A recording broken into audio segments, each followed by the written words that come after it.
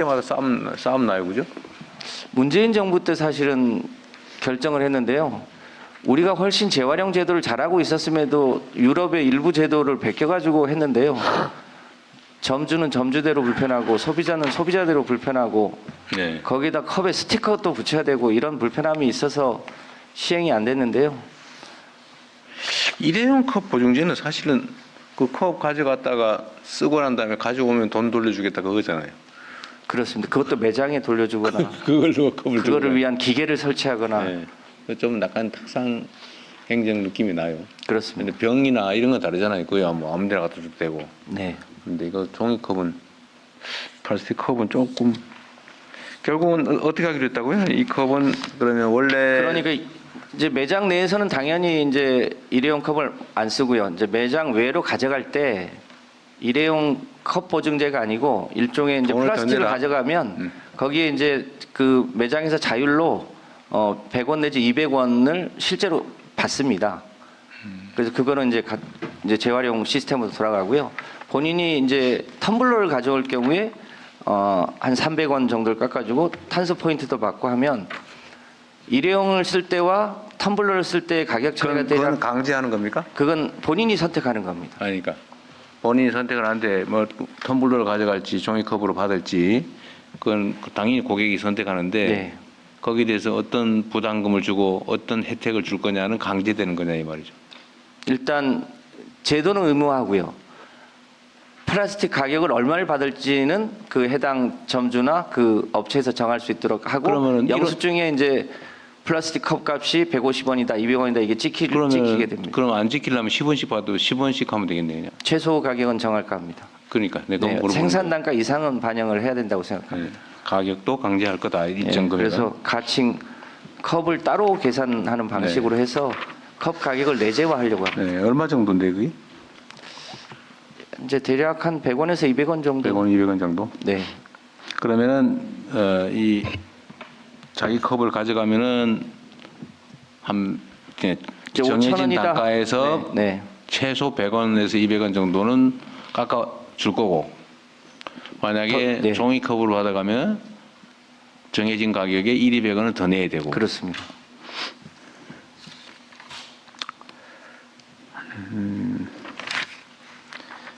빨대는 어떻게 한다고요? 그동안은 이제 플라스틱 빨대를 금지한다 이렇게 되니까 종이 빨대 시대가 오는가 보다라고 해서 이제 종이 빨대 생산 공장들이 막 돌아갔는데요. 사실은 종이 빨대가 물을 먹는 거라 특수 코팅을 하지 않으면 그렇죠. 종이 빨대도 안 되는 거여서 사실은 종이 빨대가 환경에 미치는 양이 더 크다고 분석한 경우도 많아서 더 나쁘게 한다. 그렇습니다. 그래서 종이 빨대든 플라스틱 빨대든 원천적으로 매장 내에서는 안 쓰게 하되 꼭 필요한 사람들이 있을 수 있습니다. 그럼 어떻게 노약자라든지. 할까요? 어떻게 할까요? 그래서 그런 분들에게만 일시 지불하는 걸로 그렇게 할 예정입니다. 아, 거기는 그냥 무료로? 네.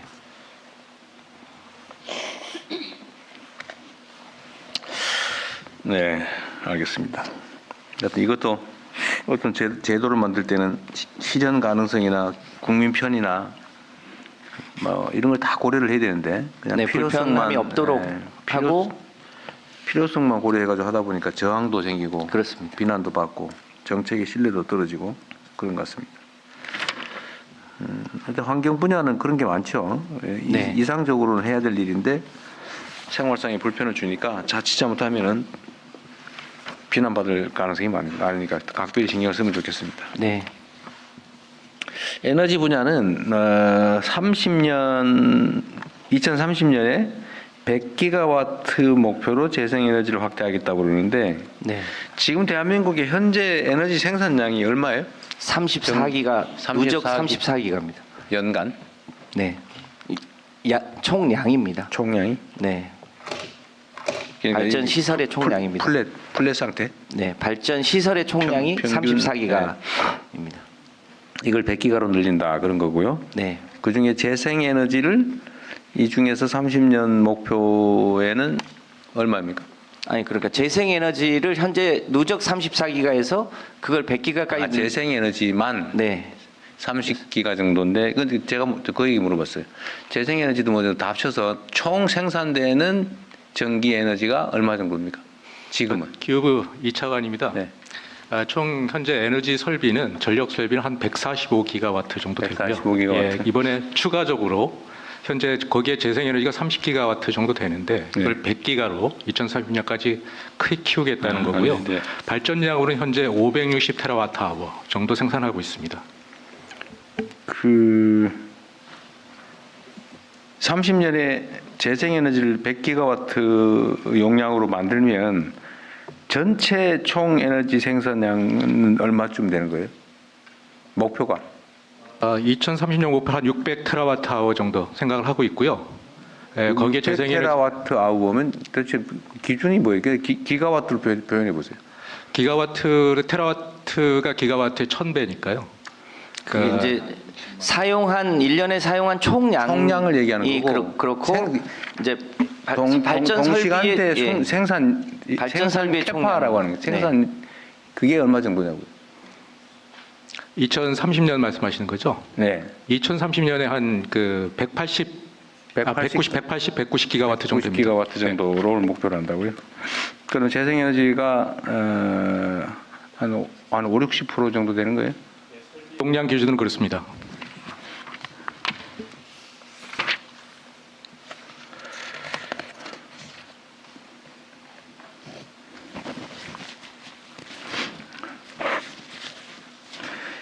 어, 11페이지에 가파도 사례가 있네요. 네. 가파도는 어디 있는 거예요? 제주도에서 마라도로 가는 최남단 바로 직전에 있는데요. 네. 이명박 정부 때 그 가파도에서 탄소 중립섬 실험을 했는데 네. 실패를 했습니다. 실패한 이유가 육상에 풍력기를 2개를 설치를 했는데 그게 인도산 풍력기를 설치를 해가지고요.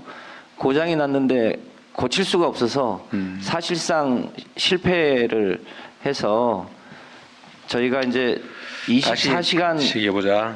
24시간 재생에너지만으로 소위 발전이 가능한 시스템을 실증해 보려고 합니다. 네, 여기 풍력, 태양광, 에너지 저장 장치, EMS는 뭐예요? EMS 여기 EMS라고 쓰는 에너지 관리 매니지먼트 시스템으로 시스템. 전체적으로 이제 전력망을 매니지 매니지 시스템입니다. 네. 이거를 만들어 가지고 그 자체적으로 분산 전력망의 모델을 한번 만들어 보자. 네, 거기에 현재 등유 발전을 하고 있는데요. 등유를 전혀 쓰지 않고 재생에너지만으로 특히 이제 야간에 네. 태양이 없을 때 소위 ESS 시스템 등으로 해서 그야말로 100% 탈탄소 실험이 가능한지를 네. 실증해 보려고 합니다. 밤에 에너지 공급이 제일 중요하겠네. 네.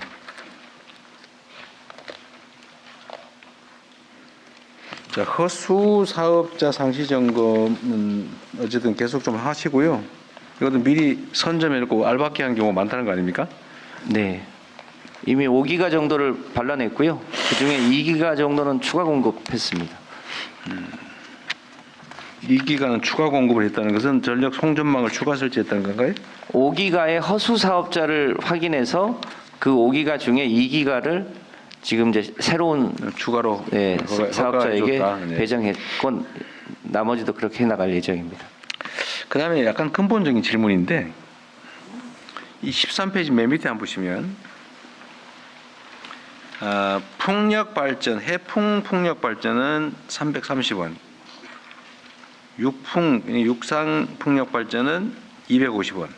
이 목표라는 거죠. 그 330원을 250원대 이하로 낮추겠다는 목표입니다. 250원 이하로 낮추는. 그럼 육풍은 현재 180원인데 150원으로 낮추고 이하로 낮추. 태양광은 150원을 100원쯤으로 낮추자.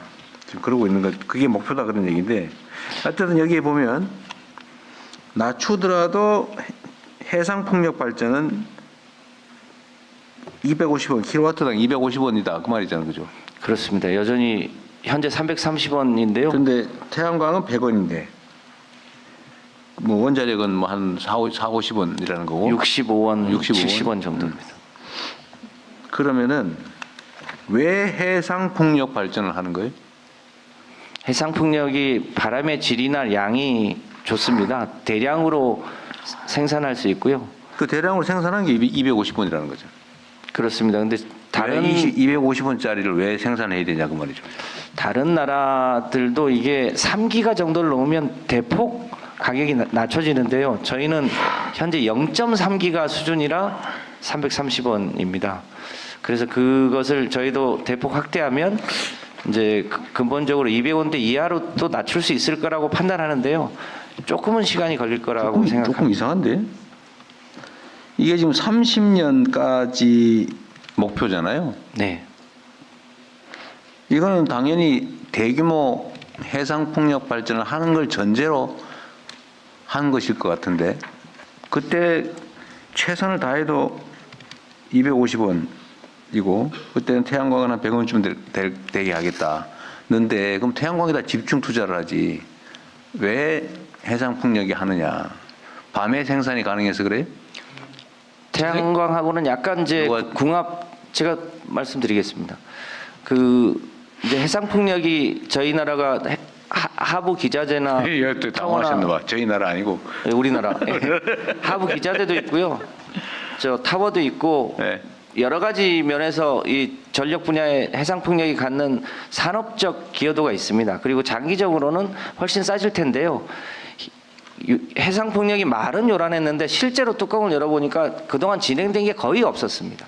그래서 이제부터 발동을 걸면 2030년에 대략 한 3기가에서 잘해야 5기가 수준밖에 못 갑니다. 산업 발전 지원을 위해서 돈이 좀 비싸더라도 투자하자 그 말이에요? 지금은 그렇고요. 그 3기가에서 5기가를 넘어가는 시점이면 200원 아래로도 내려갈 수 있을 거라고 판단합니다. 200원 아래로 내려가도 문제잖아요. 지금 현재도 지금 170원, 80원? 전체적으로? 네, 지금 태양광은 100원 이하로 떨어질 건데 나는 왜 해상 풍력을 이렇게 열심히 매달려야 되는지 장기적으로 봤을 때 분명히 태양광보다 비싸다는 거 아니에요? 세월이 지나도. 현재는 그렇습니다. 아까 하실 얘기 있어 보이는데. 예, 재생에너지 정책관 보고드리겠습니다. 그 장관님께서도 말씀하셨지만 우리나라는 그 조선 산업이나 플랜트 산업의 경쟁력을 갖고 있기 때문에 이 해상 풍력에도 향후에 경쟁력을 가질 수 있고 우리나라뿐만 아니라 전 세계적으로도 해상 풍력이 늘어나고 있는 추세입니다. 육상 풍력에서 해상 풍력으로 제2의 그 조선 플랜트 산업으로 키울 수 있다는 장점이 있고요. 지금 현재는 저희가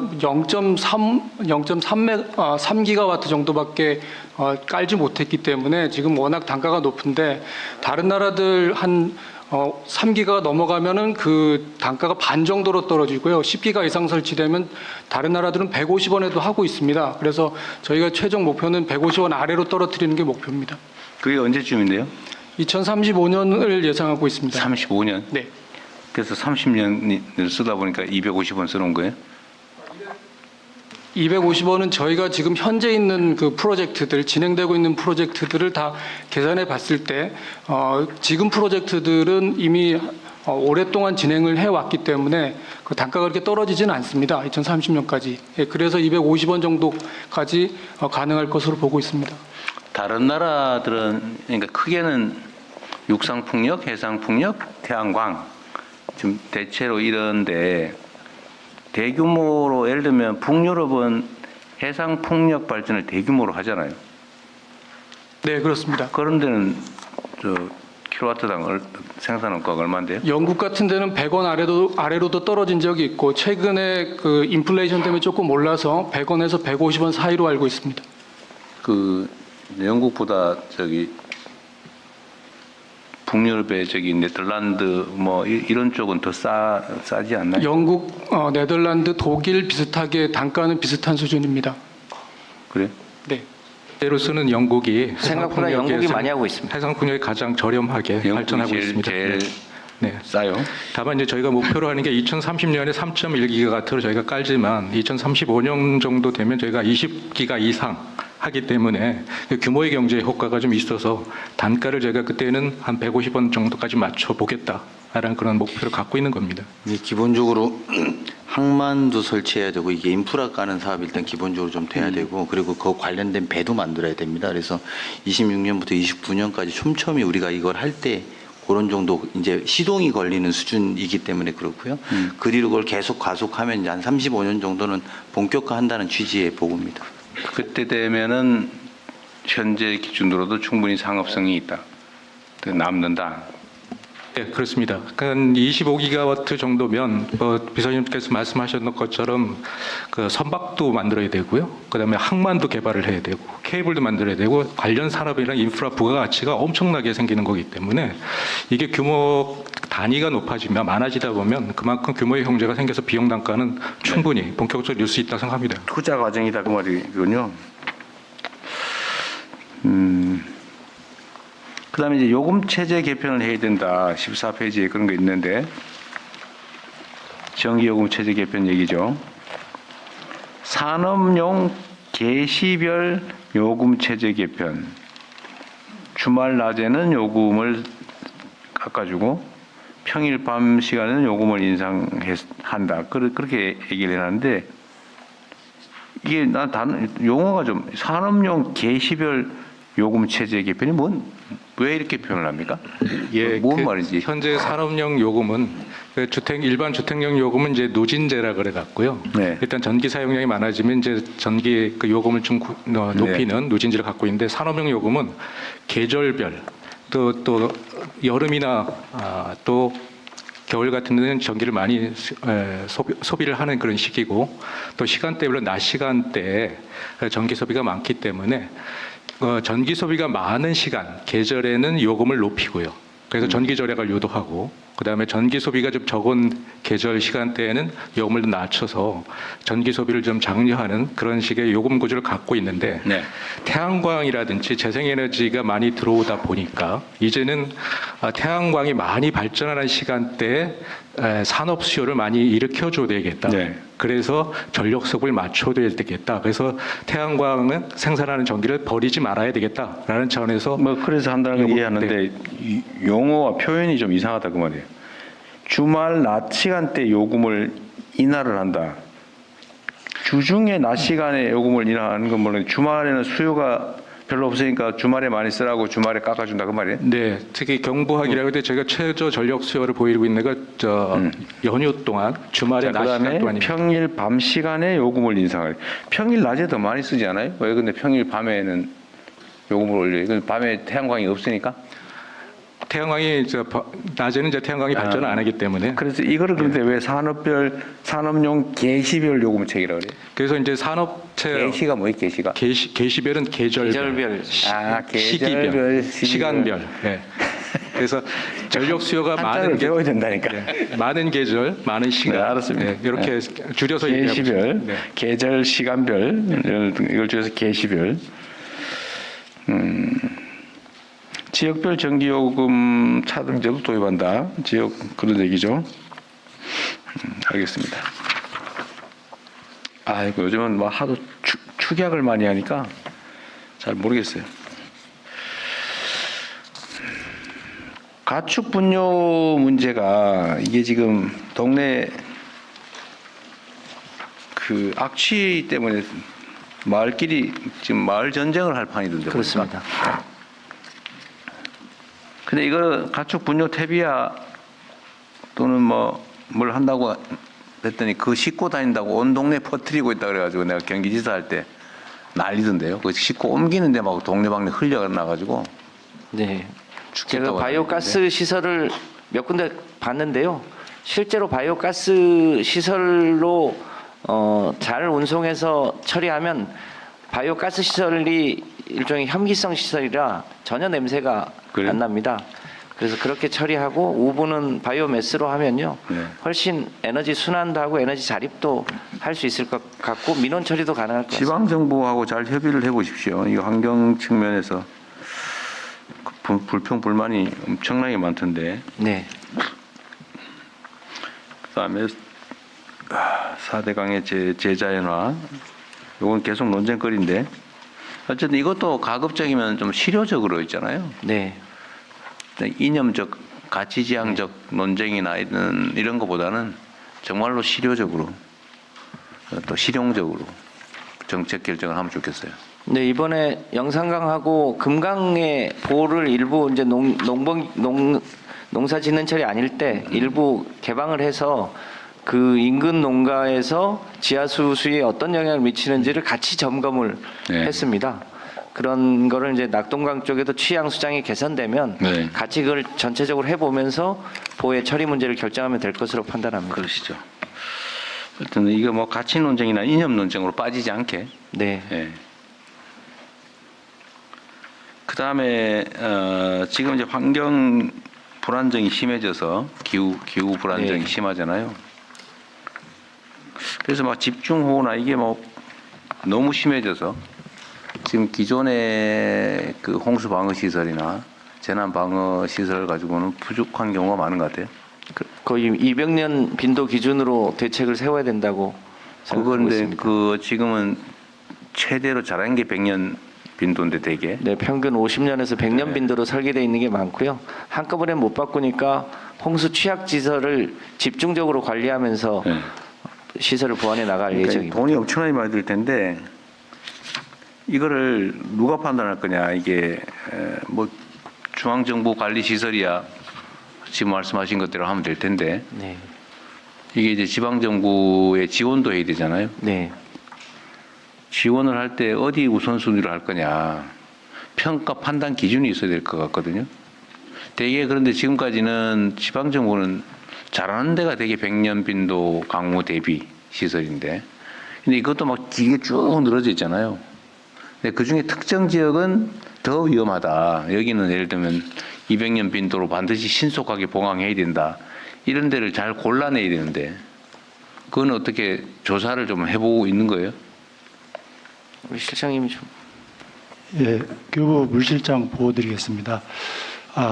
국가하천은 정비가 많이 되어 있는데 지방하천이 좀 취약합니다. 근데 또 지방하천은 또 지방이양사업으로 넘어가서 국가가 개입할 수 있는 거는 좀 최소화되어 있고요. 그래서 저희가 지금 하고 있는 거는 그 신도림의 그 굉장히 지방하천임에도 불구하고 굉장히 그 침수 피해가 나고 사망 사고도 많이 나고 하는 지역은 특정 도시하천이라는 제도를 만들어서 국가가 좀 총체적으로 여러 시설을 같이 보고 지방하천이더라고 하더라도 네. 그러면서 이제 국가가 주도하는 빗물 터널이라든지 그런 시설들을 들어갈 수 있는 그런 쪽으로 지금 인프라는 그렇게 하고 있고요. 다만 인프라보다는 너무 시간이 많이 걸리니까 인명피해 방지를 위한 홍수 예보, 이 위험을 미리 알려서 주민을 대피시키는 그쪽에 더 주력을 하고 있는 건 사실입니다. 아니 내가 얘기하고 싶은 건 그 점도 있겠지만 예를 들면 200년 빈도 강우 대비 시설이 필요한 지역, 급하게 필요한 지역 이런 데를 좀 골라내야 될 텐데 중앙정부가 관리하는 저 국가하천은 어쨌든 나름대로 할 것 같아요. 뭐 급한 대로 순서를 정해서.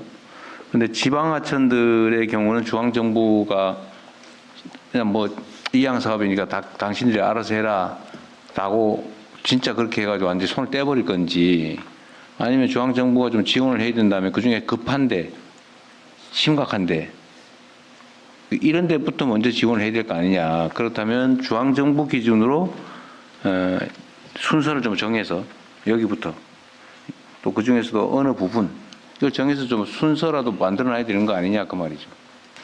저희가 이제 국가가 할 수 있는 부분 두 부분으로 진행하고 있습니다. 그 하천 기본 계획이라고 해서 제방을 어디다 쌓을지 뭐 배수를 어떻게 시킬지 하는 부분을 국가하천을 중심으로 기획을 세우는데 지방하천도 같이 포함해서 계획을 합리성 좀 일관성 있게 진행되도록 지방하천에 대해서 보강 그러니까 치수 시설 보강은 지방하천에 대해서는 지금 중앙정부는 손을 뗀 거예요. 안 합니까 아예? 두 가지 방법으로 개입은 하고 있습니다. 그 국가 하천으로 유입하는 지방 하천이 좀 취약한 구간이 많습니다. 그래서 그 법을 바꿔서 국가 하천에 영향을 받는 배수 영향 구간은 국가가 직접 좀 할 수 100% 있게 할 수 한다. 있게 네. 진행을 하고 있고요. 지금 근데 그 일반적인 보강이나 이런 거는 지방자치단체에 맡겨 놓은 것 같은데 그렇습니다. 지금 예를 들면 저기 하천 제방이 무너졌다든지 뭐 이 복구 사업 예산은 또 중앙 정부가 뭐 지원하잖아요. 그렇습니다. 그 복구 나 그 약간 모순처럼 느껴지던데 어딘가가 수재 피해가 발생해서 다 무너지면 복구하는 예산은 중앙 정부가 지금도 지원하잖아요. 지방 하천이든 소하천이든 50% 지원하고 있습니다. 네. 그런데 평소 관리는 지원을 안 해요. 그러면 이런 상태가 되면 지방 정부 입장에서는 무너지기를 기다리는 게 현실적이지 않나요? 뭐 정확하게 뭐 쉽게 설명을 그렇게 하신 게 맞고요.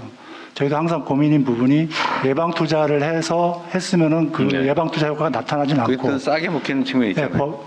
피해가 많이 날수록 특별 재난 지역이라고 해서 더 많이 지원하고 하다 보니까 말씀하신 대로 모랄 해저드가 나올 수 있는 가능성은 계속적으로 있었던 건 사실입니다. 그래서 그런 부분들은 좀 저희가 기본 계획 세울 때 좀 취약지구를 집어넣고 할 수 있는 선에서는 하고 있는데 나름대로 말씀하신 대로 그 위험 요소가 있는 건 사실. 연간 그 예를 들어 수재 피해로 복구 비용 지원하는 예산이 대충 연간 얼마 정도 돼요?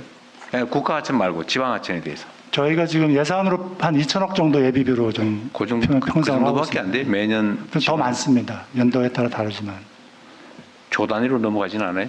그 정도로 넘어가지는 않았고요. 최근에는 수천억 단위 예, 예, 매년. 예. 어쨌든 그거를 좀 위험성이 높은 지방하천에 대해서도 좀 파악을 좀 해가지고 하다못해 특별교부세를 활용을 하더라도 그런 데부터 방어를 미리 해놓는 게 좀 피해를 줄이는 거 아닐까 싶어요. 재정적 측면에서도.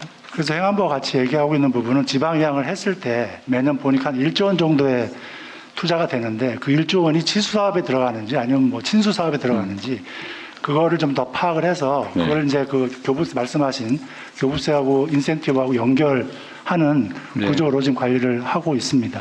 저 대통령 이제 기후 1차관 잠깐 보충 네. 설명드리겠습니다. 저 기본적으로 저희가 그 기후 변화 시나리오에 맞춰 가지고 말씀하신 대로 어떤 지역이 취약한지 이런 거에 대한 지도를 만들고 있고요. 그다음에 하수도 분야도 침수가 우려되는 지역은 중점 구역으로 관리해서 하고 있는데 다만 재정 지원의 문제에 있어서는 너무 기존에는 국가하천, 지방하천을 나눠서 국가는 무조건 국가가 지원해주고 지방하천은 아예 지원을 안 해주다가 최근에 이제 지금 실장이 말한 것처럼 국가하천에도 지방하천이 영향을 미치는 지역에서는 일부 국가가 지금 지원해주는 체계로 가고 있습니다. 이제 대통령 말씀대로 오히려 사전 예방적인 측면에서는 국가가 조금 미리 지원을 해줘서 그 비용을 줄여주는 방식으로 재정당과 협의가 필요하다는 겁니다. 좀 일단 기초 자료나 아니면 학술적인 논거나 이런 거는 아무래도 환경부가 훨씬 더 나을 것 같으니까. 어쨌든 재정 지출이나 이런 문제는 행안부든지 아니면 기재부가 할 일이긴 한데, 그래도 여기는 좀 분석이라도 이런 것들은 좀 미리 환경부 쪽에 해놓으면 어떨까 싶은 생각이 들었어요. 예, 그렇게 하겠습니다. 자, 하여튼 지금 상황이 심각하긴 합니다. 이게 지금 기존의 수재 방어 시설 가지고는 감당이 안 되는 상황이 된 것 같아요. 예.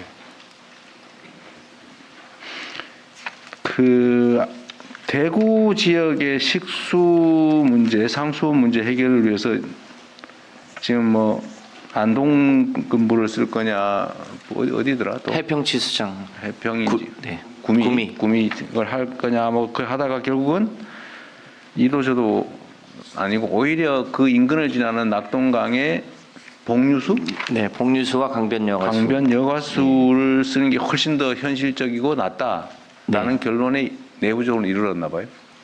지금 그와 관련해서 대구 쪽의 현역 국회의원님들하고도 사전 설명을 하고 있고요. 대체로 학술적으로는 과학적으로는 그 강변 여가수, 그다음에 복류수라고 하는 걸 쓰는 게 훨씬 더 효율적이고 낫다. 그렇습니다. 그런 결론에 그렇게 이른 거예요. 네, 필터링을 하면 거의 1급수 수준으로 올라오는 걸로 확인이 됩니다. 그래서 내년에 그 플랜트 시설을 지어서 직접 대구 시민들이 그걸 보고 일부 치수를 시작해 보는 거예요? 아니면 그러니까 전면적으로 그 하는 파일럿 플랜트를 만들어서 시험 시설을? 예, 그 실증을 하고 검증을 직접 눈으로 볼 수 있게 한 다음에 본격적으로 대구 취소 문제를 해결하려고 합니다. 이게 복류수라고 하는 거는 모르는 분들이 많을 텐데 강바닥 밑으로 흘러가는 물을 말한다 그랬죠. 그렇습니다. 강바닥에서 일종의 필터 기능을 하나 추가해가지고 그 밑에서 강의 바닥, 강바닥 밑으로 흐르는 지하수, 그렇습니다. 강바닥의 지하수를 네. 복류수라고 하고 강변 여가수는 이런 비슷한 형식을 강변에 만들어 가지고 네, 물을 걸러서 취수한다. 그렇습니다. 이러면 거의 1급수에 가깝다. 네, 구미 강물보다 더 깨끗할 수 있다 그 말이네요. 표충수보다 훨씬 깨끗한 것은 이미 실증이 되고 있습니다. 네. 안동댐 물보다 더 나쁘지 않다. 그렇습니다. 도수관로 길이도 훨씬 짧고요. 가까운 데서 취소하고 여러 가지 장점이 그럼 있는 뭐 것 이거 같습니다. 어디로 뭐 할지 뭐 장거리 그 뭐 급수가 아닌가요? 송수관 네. 그거 만들 필요도 없다. 그렇습니다. 차라리 그 예산을 낙동강 본류 수지를 원천 개선하는 데 쓰는 게 훨씬 효과적이라고 판단합니다. 이것도 뭐 그렇게 결론이 났으면 그 식수 가지고 맨날 고생하는 대구 시민들 생각해서 신속하게 좀 집행을 하면 좋겠습니다. 그렇게 하겠습니다.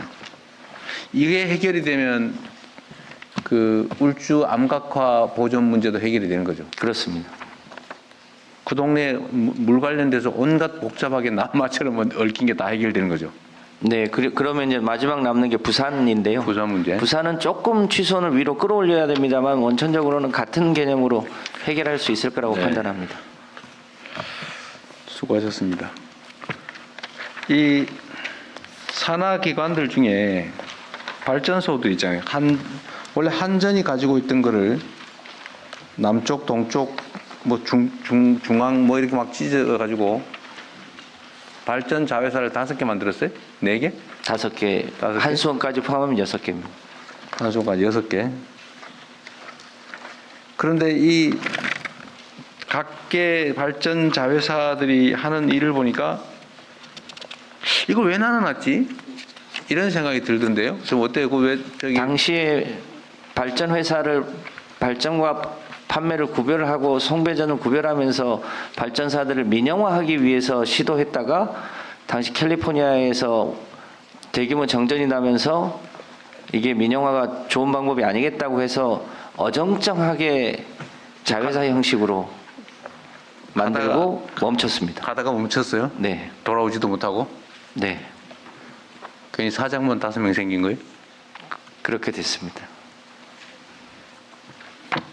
근데 나눈 것도 내가 이게 뭔 기준인지 잘 모르겠던데. 일단 한번 볼게요. 일단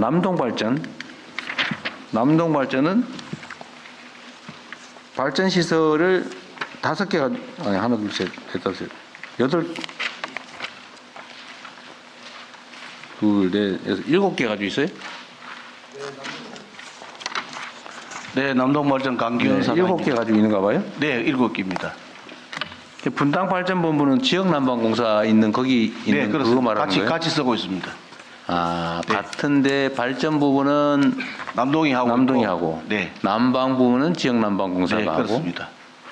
싸울 일 없어요? 똑같은 시설 잘 가지고 지내고 있습니다. 네. 똑같은 시설을 우리 거를 이제 열이 나오면 전기 생산하고 열이 나오면 그걸 대신 팔아주니까 저희네들은 일거양득입니다. 하여튼 어느 부분에서는 경계가 접하는 거죠. 네, 붙어 있습니다. 뭐 관리 붙어 있는데 잘 지내고 있습니다. 시설 관리 문제나 이런 거는 그 시설은- 명확하게 분담이 돼 있나 보죠? 예, 시설은 뭐 서로 이제 이게 공용으로 쓰는 게 없습니다. 예. 없어요? 발전을 발전대로 또 그 난방은 난방대로 하니까요. 여기는 보니까 발전 시설 중에 4개가 석탄 발전소예요. 네, 그렇습니다. 그럼 삼전포 다른 발전 자회사들은 석탄 발전소가 있는 것 같은데? 다 지금 있습니다. 많이 이제 네. 다른 발전 자회사 분들은 이 유연탄 발전 시설을 가지고 있죠. 많이 지금 축소되고 있고 아마 남동발전이 지금 최고 많이 석탄을 보유하고 있습니다. 석탄 그러면 발전. 남동발전은 석탄 발전소 중심으로 갈랐던 거예요?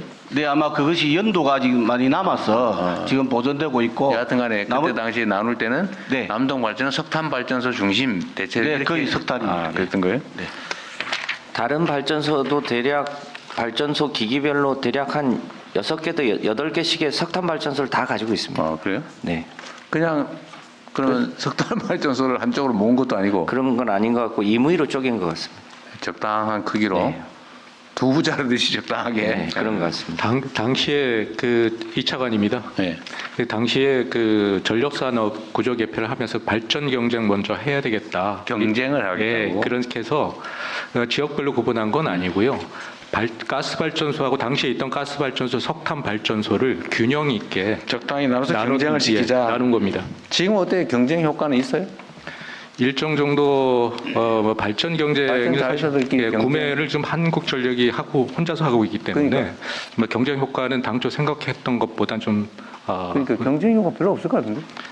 다만 이제 원료를 뭐 조달하는데 좀 싸게 한 군데서 좀 구매를 하면 거기에 이제 경쟁을 해서 단가 경쟁을 해서 네. 원료 가격을 낮춰야지 전력 생산을 할 수 있기 때문에 그런 효과는 좀 있었습니다. 그건 그런데 저런 문제는 예를 들면 경쟁을 시키니까 인건비 줄이려고 경쟁하다가 산재 사고 많이 나고 그러고 있는 거 아니에요? 네, 그런 것들은 최대한 경계를 하고 있습니다. 인건비 부분이라든가 뭐 하도급 하는 거라든지 이런 것들은 최대한 좀 그러니까 모니터링해서 결국 그게 못하게 좀 하고 있고요. 경쟁을 시킨다고 하는 게 일종의 부작용.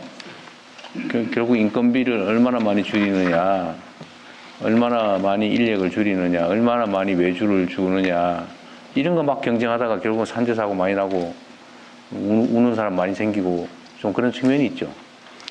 네, 단가 경쟁을 위해서 원료 경쟁을 하는 거는 저희는 조금 장려합니다만 합리적인데 기존에 이제 인건비 경쟁을 한 것 같아요 보니까. 그런 것들은 최대한 모니터링해서 그런 것들은 절대 못하게 좀 준비를 하고 있습니다. 지난번에 김영균 씨 사망 사건 같은 경우를 분석해 봤더니요. 네. 사실상 이제 본사가 운영해야 될 것을 위탁을 줬고 그 위탁 업체가 그 김영균 씨에 대한 월급 급여를 계산해서 줬는데 실제로 본인이 받아야 될 돈이 대략 한 4,500만 원 됐습니다만 실제로 김영균 씨가 받았던 돈이 200만 원대였습니다. 세상에. 그러니까 용역 회사의 관리자들 몫으로 그러니까 돈은 돈대로 가고 민간인 돈을 덜 줘서 그런 게 아니고 중간에서 중간 측- 착취가 벌어져서 그런 그렇다. 측면이 컸습니다. 그런 관리 부실인데 결국은 그 부분에 관한 거라면 인건비를 줄여서 무슨 경영을 효율화한 것도 아니고 그렇습니다. 결국은 하도급 시스템 때문에 결국 중간에 떼먹는 게 많다 보니까 결국 그런 비극이 벌어졌다 그 말이네. 그렇습니다. 뭐 그거는 좀 정신 차리고 좀 관리를 잘하면 피할 수는 있을 것 같네요. 그런 문제는. 근데 본질적으로 인건비를 줄이기 위한 비용을 줄이기 위한 경쟁은 계속 되겠죠. 전력시장 구조로서는 전체 원가 경쟁의 95% 이상이 원료 경쟁입니다. 원료 경쟁이. 예. 이 때문에 아마 그 인건비 부분들은 뭐 어느 정도 조금은 있겠지만 뭐 좀 분리해서 접근을 좀 하는 게 바람직할 것 같습니다. 하여튼 이게 공기업 또는 공공기관은 존재 목적 자체가 아주 근본적으로는 국가 정책을 수행하는 거잖아요. 물론 그 사업 내용 자체가 이제 기업적 요소가 좀 크긴 해도 본질적으로는 국가 사무를 이행하는 거다. 그러면 거기에 제일 궁극의 목표는 돈을 많이 버는 게 아니고 국민을 좀 더 안전하고 행복하게 만드는 거잖아요. 물론 그 약간의 경계 지점이 있긴 하지만 그래도 저는 국가 공공 영역에서 그 너무 가혹하게 노동자들을 학대해가지고 또는 근로 조건을 악화시켜가지고 산재 사고로 사람이 많이 죽는다든지 또는 너무 잔인하게 그 임금 착취 결과가 발생한다든지 그런 건 안 하는 게 맞는 것 같아요. 그렇잖아요. 제가 전에도 국가가 그 예를 들면 인력 채용을 할 때도 보면 분명히 이게 상시 지속적 업무에 해당되는데 그럼 원래 상용 근로자를 고용해야 되잖아요. 근데 그걸 꼭 1년 11개월 해가지고 정규직 안 만들고 바꾸려고 네. 2년 안 되게 해서 잘랐다가 다시 쓰고 잘랐다가 다시 쓰고 그러고 심지어 11개월 해가지고 퇴직금 안 주려고 11개월 고용하고 말이에요. 그걸 정부가 왜 그러냐. 그리고 최저임금으로 고용하고 적정임금을 줘야죠 정부는. 네. 국가는 모범이 돼야죠. 사용자, 모범적 사용자가 돼야 되는데 악질 사업자, 선도자가 되고 있어요. 선도적인 악질 사업자. 국가가 왜 그러냐. 그게 사실은 이 효율 만능주의에 빠져서 그런 거 아닌가 싶어요. 돈 많이 아끼고 그런 게 유능한 정부가 아니잖아요. 도덕적인 정부가 되는 것도 필요하겠다.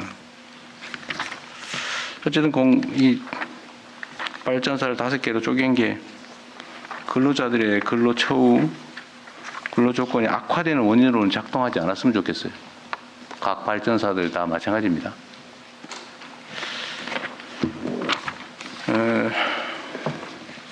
해상풍력 태양광 사업을 꽤 많이 하고 있네요. 남동발전도. 네, 그렇습니다. 그 다음에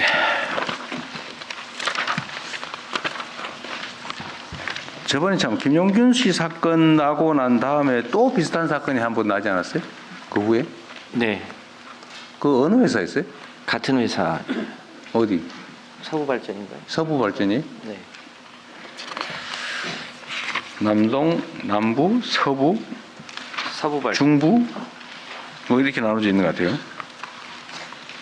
자, 남부발전은 발전소들이 어디에 있어요? 예, 저 국내 8개소에 있습니다. 전국에 흩어져 전국에 있습니다. 흩어져 있어요? 예. 여기는 주로 어떤 발전소예요? 저희들도 화력하고 가스복합하고 신재생 다 갖고 있습니다. 주로 화력이에요?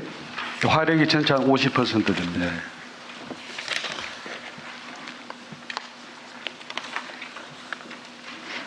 그 다음에 보고 내용이 약간 특이한 게 있어서 하동화력 인프라 활용 계획 그냥 호기심인데 여기에다가 갈사만 수상태양광 하동 거창 양수발전 이걸 한다 이렇게 써놨는데 하동화력하고 뭔 관계가 있어요? 남부발전 김윤동 사장입니다. 말씀드리겠습니다. 하동화력이 이제 가스복합 화력으로 전환되면서 우리 이제 수도권 인근으로 이제 가면서 하동군에 대한 거기에 상응해서 일종의 대형 투자를 해준 거다. 예, 그렇습니다. 알았습니다. 예. 동서발전 여기도 당진, 울산, 동해, 일산, 음성 여기 발전소 몇 개 있어요? 예, 동서발전 예 사단권 명호입니다. 예, 6개 운영하고 있습니다. 신호남 건설 추진본부 그거 말하는 거예요? 예, 거기 여수에 있는 네, 요까지 해서 6개. 네네. 여기도 역시 육해상 풍력에 참여하고 있고 맞습니까? 네, 그렇습니다. 근데 여기는 저 유연탄 발전소가 하나밖에 없는 것 같아요. 유엔탄은 저기 이제 LNG가 많네요. 주로 이제 한 10기가 정도 전체 동서발전 용량의 한 6기가 정도가 석탄 발전소입니다. 여기 6군데 표시해놨는 걸 보니까 유연탄을 쓰는 데는 당진 뿐이고 나머지는 다 바이오매스, LNG 뭐 그런데 예, 그리고 당신의 1호기, 2호기, 3호기, 4호기, 5호기 격이 쫙 붙어 있어서 여러 개가 예, 여기 있군요. 그렇습니다. 동해 발전소도 예, 연탄을 쓰고 있습니다. 지금 동해 발전소는 지금 발전 시설은 다 갖췄는데 가동을 못 하고 있다는 거 아니에요? 지금 이제 동해 발전소가 이제 저기 수명이 다해서 이제 대체 그래? 발전으로 새로 지은 데 아니고 예, 동해가 지금 알았습니다. 예. 새로 진 데는 민간 발전소인가 보죠? 그렇습니다. 포스코 삼척의 포스코하고 강릉이 아닌 이 민간 발전소입니다. 네, 네.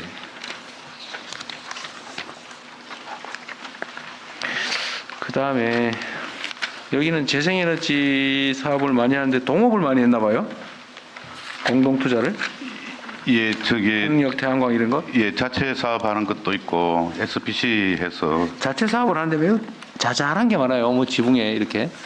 이건 뭐 이 발전소에 3단 뭐 지붕 특성인가요? 태양광이라든지 뭐 그런 것들입니다. 예, 조그만한 거 어디 회사 지붕에 이런 걸 많이 했나 봐요. 예, 예, 그렇습니다. 그리고 또 수상 태양광도 좀 했습니다. 네. 서부 발전. 서부 발전도 뭐 석탄 발전이 한 절반쯤 되나요? 석탄 발전이 약 55% 정도 55%. 점유하고 있습니다. 비슷하네요, 전부 다. 수력 원자력.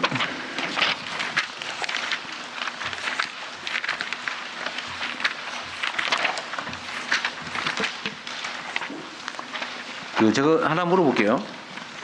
지금 이게 우리가 주로는 태양광 발전 포션이 점점 커질 것 같은데 이게 이제 간헐성 문제도 있고 야간에 아예 생산이 안 되니까 그걸 대체하거나 보완하는 게 주로는 이제 수력 발전 같아요. 이건 필요할 때 할 수 있지 않나요? 양수 발전, 네. 수력 발전은 생각보다 발전량이 적습니다. 네. 근데 어쨌든 이거 양수 발전을 하면 이제 물을 도로 퍼올려 가지고 다시 이제 발전하고 그러는 거잖아요. 네, 그래서 내가 궁금한 게 뭐냐면 이제 낙하 에너지가 있을 거 아니에요. 위치 에너지입니다. 예, 예. 예, 위치 에너지라고 합니까? 그 에너지를 일부를 이제 전기로 만들잖아요. 네. 그럼 그거를 이제 다시 그 일정량의 에너지로 다시 물을 퍼올려요. 네. 그리고 다시 발전을 해요. 네. 그럼 밑에 퍼올릴 때 그 얼마나 손실이 되나 에너지가 대략 한 15에서 20 정도 손실되는 것 같습니다. 손실이? 네, 이제 낮에 태양광이 많이 있을 때 그 태양광을 가지고 예를 들면 네. 1kW로 네, 이제 물을 퍼올려요. 그럼 퍼올린 물로 다시 발전을 해요. 그럼 네. 그 얼마 정도 그러니까 그 이제 생각되냐고요? 그 위치 에너지를 전기 에너지로, 전기 에너지를 위치 에너지로 바뀔 때 손실률, 효율이 얼마나 예, 되냐고요? 손실률이 대략 한 30% 떨어지는 것 같습니다. 그 그래도 정도밖에 안 되니까 그러면 80%가 보존된다는 거예요? 그렇습니다. 그러면 1kW로 물을 퍼올려 가지고 퍼올린 걸 다시 그걸로 발전하면 800kW? 네, 한 30% 손실이 있는 것 같습니다. 그래요? 오, 엄청나게 효율이 높은데? 네, 그래서 양수 발전이 비교적 효과적입니다. 양수 발전이 그 효율이 가장 그 이연성 자원 중에 가장 효율성이 높은 겁니다. 그래요? 그래서 80% 이상 나오고 있어요. 엄청나게 높은 건데요? 예, 그래서 이제 에너지 저장 장치 같은 경우에는 이제 조금 효율이 좀 떨어져서 한 70% 정도, 현재까지 70에서 80% 사이에 에너지 저장 장치가 70~80% 된다고? 예, 요즘은 기술이 많이 발전해서요. 예전에는 한 60% 정도 됐었지만 요즘에 기술이 많이 발전해서 70% 이상까지 효율이 좀 높아져 가고 있습니다. 그렇게 높아졌어요? 네, 네. 그 저희가 지금 최대 고민이요. 재생에너지가 남아돌 때 그거를 과거에는 그린 수소로 만들어서 다시 전기화하는 게 좋겠다고 그건 뭐 생각했는데 10%대에 불과하다는 거 아니에요, 지금? 네, 그래서 그거는 효율이. 수소로 만들 때 거의 한 50%가 열로 빠져나가고 다시 수소를 전기로 70%. 네, 전기로 다시 바꾸는데 또 50%가 사라져서 전기에서 최종 전기로 가는데 한 25%에서 그래요? 자리가 30%만 남으니까 한 70% 전기가 사라지는 겁니다. 여기는 20~30%밖에 안 사라진다고요? 그럼 양수 발전소 많이 지어야 되겠네요? 이제 뭐 그건 이제 위치나 조건에 따라서 비용은 듭니다만 효과는 양수 발전이 더 좋은 것 같습니다. 그래서 그린 수소 가격이 현재는 비싸고요. 그래도 굉장히 필요하기 때문에 수소와는 제철 등등의 꼭 필요한 영역이 있어서 최대한 뭐 그린 수소 발전 혹은 핑크 수소를 하긴 해야 되는데 그 효율 연력학 제1법칙에 따른 효율 문제가 있는 게 사실입니다. 네. 그 80%면 생각보다 많이 보존되는 것 같아서. 그다음에 원전 있잖아요. 원전 새롭게 이제 시작해가지고 지금 원전 하나 짓는다. 시작하면 얼마 만에 지을 수 있어요? 자료 동네마다 말하는 사람마다 다 틀려. 그것도 정당마다 틀려 이상해. 실제로 한 10년에서 15년 걸리는 게 맞습니다. 내가 저번에 그렇게 얘기했더니 아니라고 하던데? 7년밖에 안 걸린다고 주장하던데? 실제로 착공해서 짓는 데는 아마 그런 것 같은데요. 그 전에 뭐 그 저기 김성환 장관도 민주당이라서 못 믿겠고. 아니 이게 당마다 틀리더라고. 여사는 장관님을 믿으셔야 되겠습니다. 아니 그 당 아닌 사람이 한번 얘기해 보세요. 그 통상 수원 원자력 직무대행 전대욱입니다. 사장께서 해보세요. 예, 그 11차 전력 수급 기본 계획에 들어간 수치입니다. 정확하게 13년 11개월 걸리고요.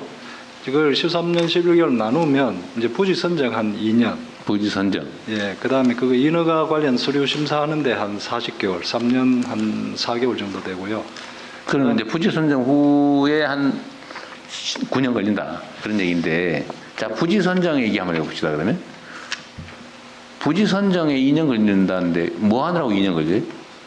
일단은 이제 부지 망원경 가지고 땅 찾으러 다니는 것 아니지? 행정 저희들이 절차? 아니면 절차를 가볍게 말씀드리면 이제 저희들이 먼저 공모를 안내를 하고 그다음에 지자체에서 이 신청을 받고 그다음에 이제 그 부지가 적정한 부지인지를 하수원 이제 검토를 하고 과학적 분석을 해야 되겠죠. 뭐 지진 있나 없나 이런 거 등등. 예. 이제 그거 하는데 2년 걸린다? 그렇습니다. 그것도 아까- 아주 순리대로 주민들이 그냥 우리가 공고한 대로 막 응해가지고 했을 때 얘기죠. 막 주민들끼리 싸운다. 일부에서는 한다 그러고 일부는 안 된다 그러고 데모하고 난리가 나고 그러면 어떻게 돼요? 맞습니다. 그게 이제 주민 쪽에서 이제 신청하는 부분은 한 5개월 정도 잡고 있는데 그 부분은 이제 상황에 따라서 이게 많이 늘어질 수도 있고. 그렇죠. 그거 알 수 없는 거죠. 그러니까 순리대로 잘 됐을 경우. 예, 그게 그 경우 2년. 그게 예 이제 2년을 보는 겁니다. 부지 선정이 계획대로 원만하게 잘 됐을 경우에 한 13년? 13년 11개월인데요. 13. 여기서 뭐 이제 15년이란 말이 틀린 말은 착공 아니에요. 공사 부분이 이제 한 정확하게는 저희들이 삽을 뜨기 시작해서 준공하는 데까지가 7년 7개월 걸립니다. 그래서 행정기관이 한 6년 한 5개월 걸리고 합쳐서 이제 13년 10개월. 우리 부사장님은 당적 없죠? 네, 없습니다. 네, 알겠습니다. 그리고 또 한 가지. 이게 SMR 관련된 건데요. 여기 110페이지에 자료도 있는데,